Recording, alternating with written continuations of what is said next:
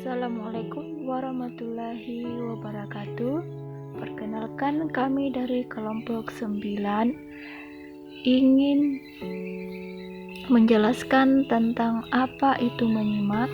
Pertama-tama kami akan memperkenalkan nama-nama kelompok kami. Yang pertama yaitu Anistia dengan NIM 1901414188. Yang kedua Asni 1901414271. Yang ketiga Serlina dengan NIM 1901414173. Yang keempat yaitu Muhammad Firdaus Akbar dengan NIM 190141414339. Baiklah, kita akan mempelajari pembelajaran menyimak.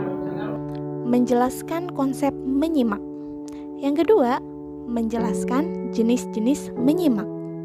Dan yang ketiga, memahami materi pembelajaran menyimak di sekolah dasar. Dan yang terakhir, mampu menerapkan strategi yang dikembangkan dalam kelas menyimak. Sebelum pada pembahasan menyimak, yuk kita bedakan apa sih mendengar, mendengarkan, dan menyimak. Apakah ketiganya memiliki pengertian yang sama? Baik, untuk memahami itu, yuk kita pahami pendapat Sabarti. Mendengar. Pada kegiatan mendengar tidak disertai kesengajaan dan mungkin si pendengar tidak memahami apa yang didengar. Nah, contoh kegiatannya yaitu saat kita belajar, kita mendengar suara mobil. Nah, ketika mendengar suara mobil ini bukanlah hal yang disengaja dan tidak perlu memahami dalam memaknai suara mobil itu. Ya. Nah, sedangkan pada kegiatan mendengarkan sudah ada unsur kesengajaan, tetapi belum diikuti unsur pemahaman. Karena sumber suara itu belum menjadi tujuan. Contohnya, saat kita belajar, kita sambil mendengarkan musik. Nah, kegiatan mendengarkan musik ini bukan menjadi tujuan utama dalam kegiatan itu, tetapi hanya sebagai penghilang rasa kantuk saat kita belajar. Oke. Sedangkan kegiatan menyimak itu mencakup mendengarkan, mendengar, dan disertai usaha untuk memahami bahan simakan. Nah, oleh karena itu, dalam kegiatan menyimak ada unsur kesengajaan, perhatian, dan pemahaman yang merupakan unsur utama dalam setiap peristiwa menyimak. Contohnya yaitu saat kita ada di dalam kelas, kita menyimak materi yang disampaikan oleh dosen. Nah, saat menyimak materi dari dosen, kita sengaja mencatat bagian yang penting dan menanyakan materi yang belum dipahami. Nah, artinya ketika kita sudah melakukan kegiatan itu, kita sudah melaksanakan kegiatan menyimak, di mana kita dapat memberikan perhatian penuh terhadap bahan simakan.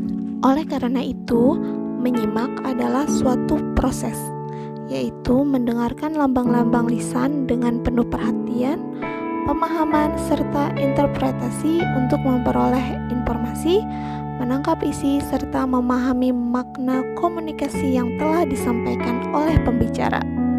Nah, jadi menyimak itu bukanlah hanya menerima dari apa yang didengar, tetapi bagaimana kita bisa mengolah dan memahami bahan yang didengarnya, kemudian memberikan umpan balik terhadap apa yang kita dengar.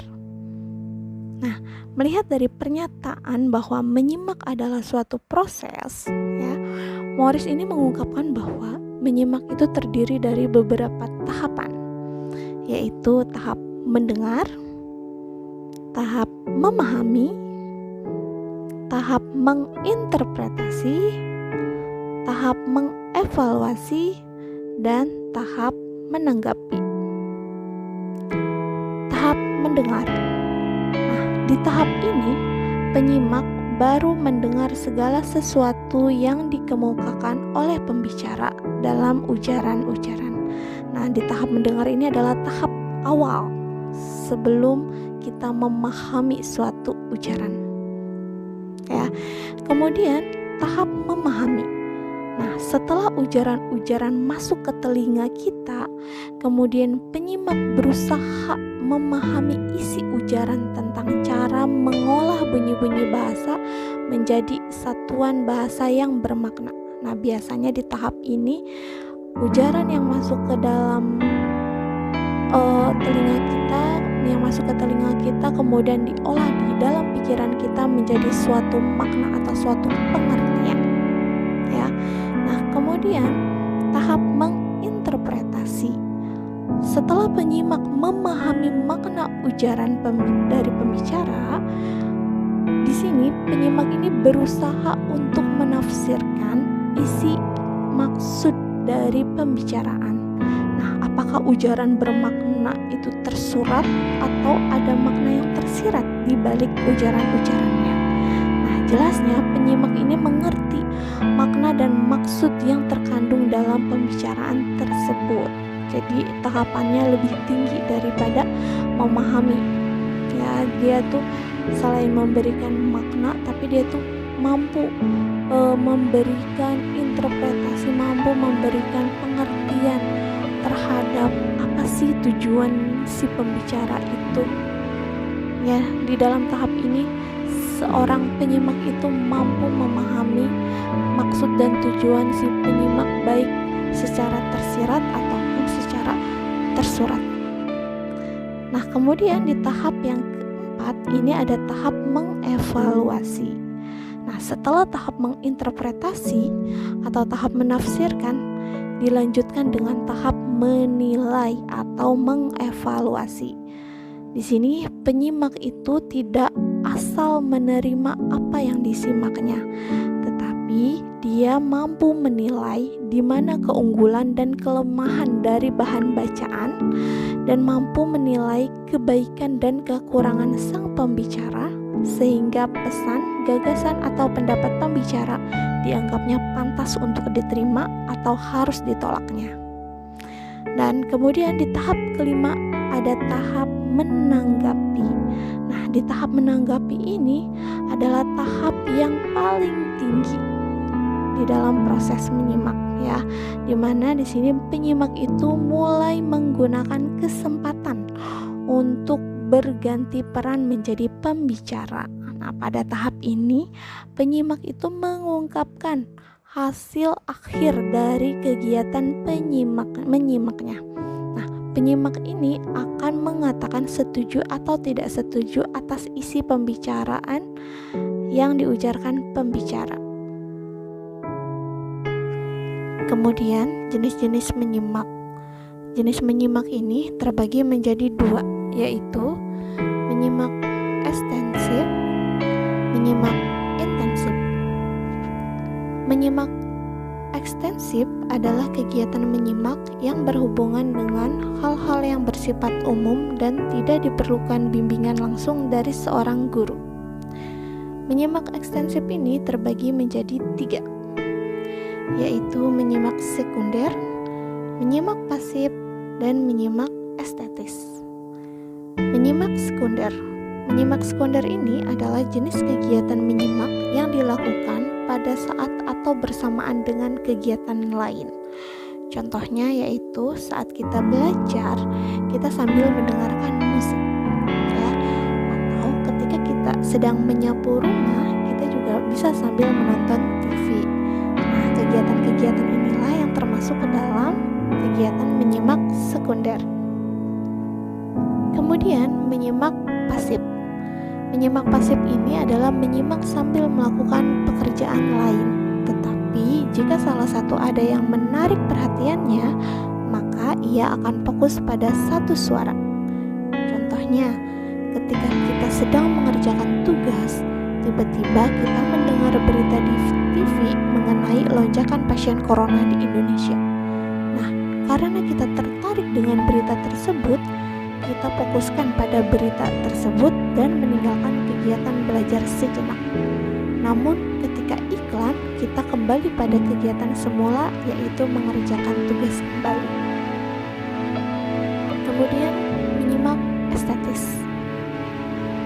Menyimak estetis ini disebut juga dengan menyimak apresiatif.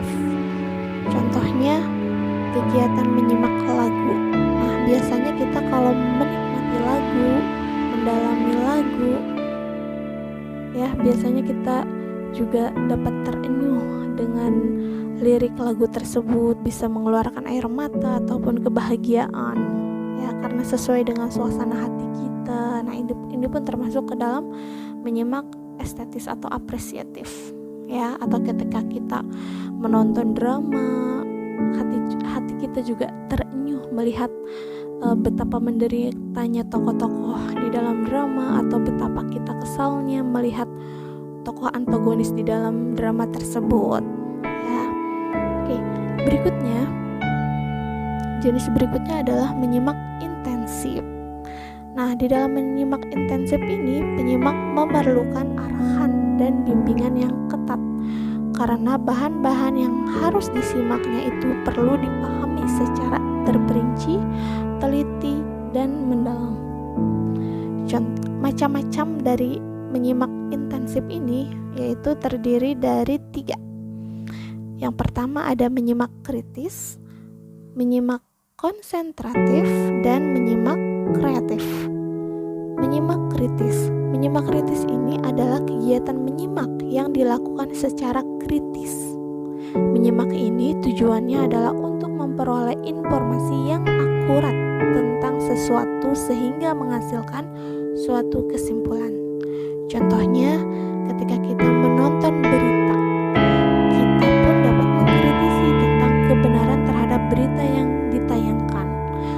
Atau ketika kita sedang menghadiri seminar, kita akan memberikan tanggapan terhadap isi seminar tersebut.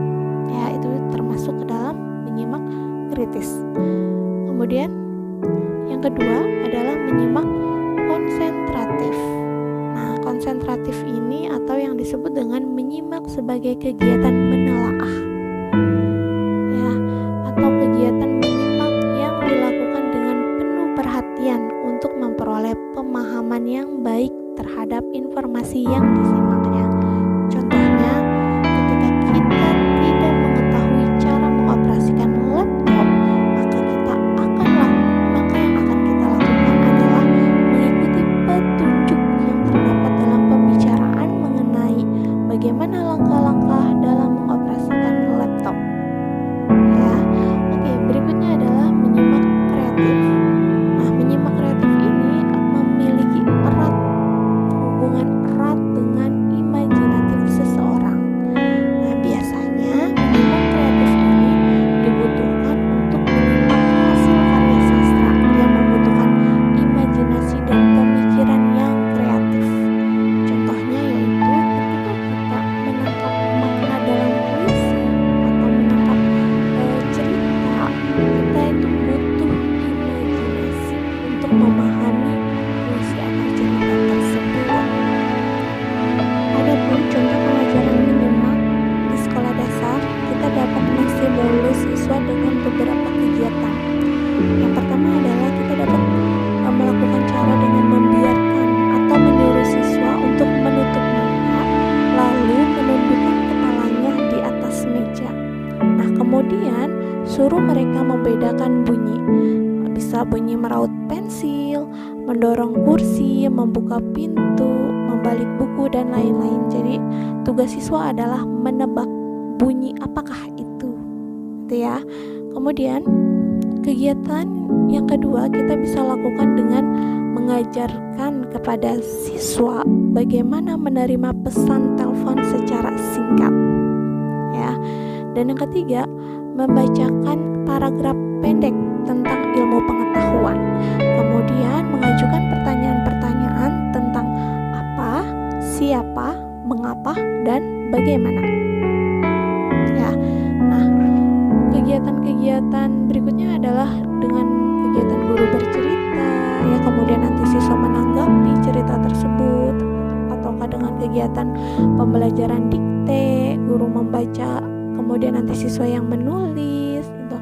Kemudian ada dengan bermain berbisik. Biasanya bermain berbisik berantai ini adalah permainan ya, games, dimana nanti siswa yang terakhir itu menyebutkan kata apa yang telah dibisikkan pada peserta yang pertama. Ini akan menjadi lebih seru sekali ya.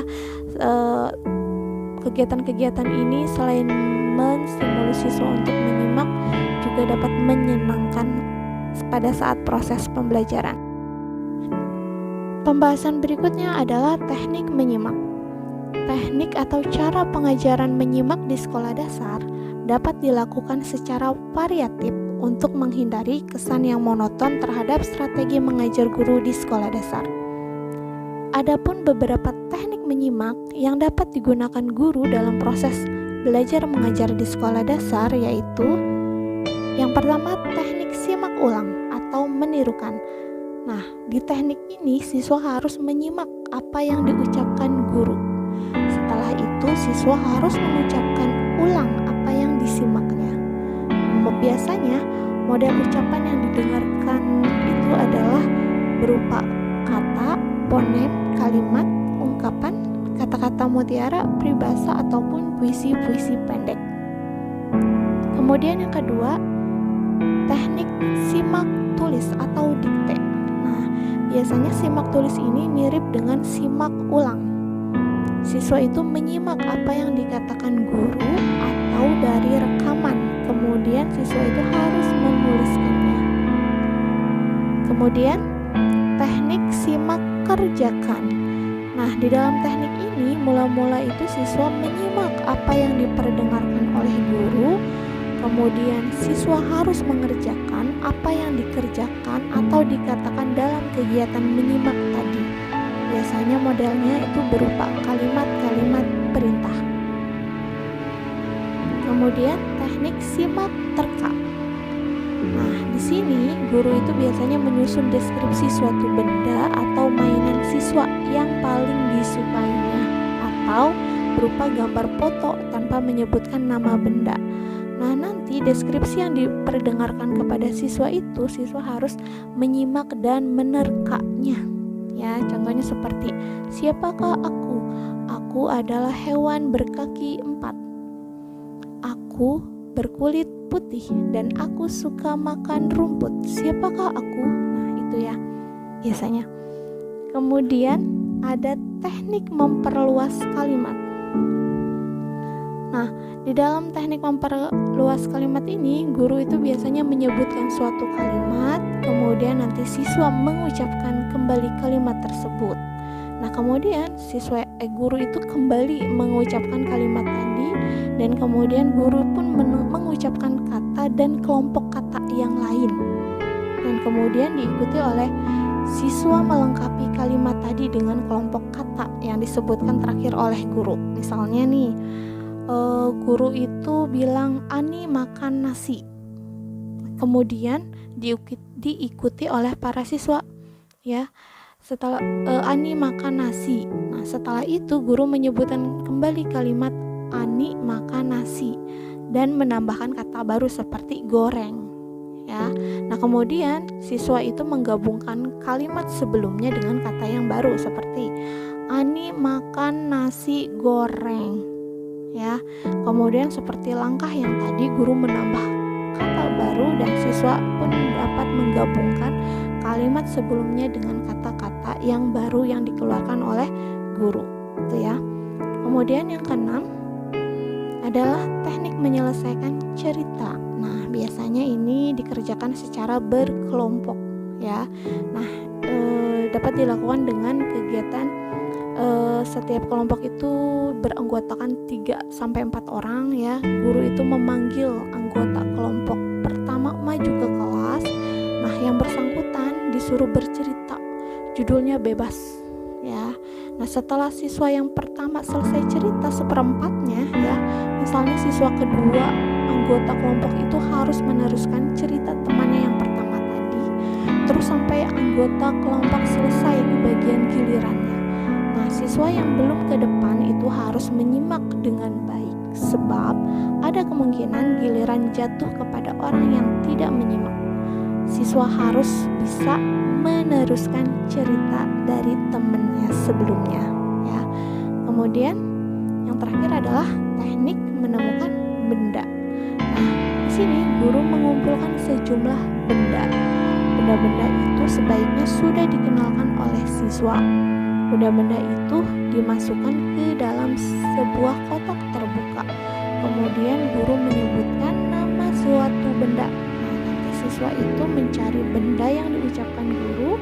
Bila sudah ditemukan, diperlihatkan kepada teman-temannya. Nah, jadi itulah beberapa teknik pembelajaran menyimak. Itu dapat kita aplikasikan di kelas untuk sekolah dasar. Ya, dengan teknik-teknik yang bervariatif dijamin nanti pembelajaran itu tidak akan monoton. Ya, nah itulah pembahasan materi pembelajaran menyimak. Semoga video ini bermanfaat dan boleh di-share apabila diperlukan. Terima kasih atas perhatiannya dan saya akhiri. Wassalamualaikum warahmatullahi wabarakatuh.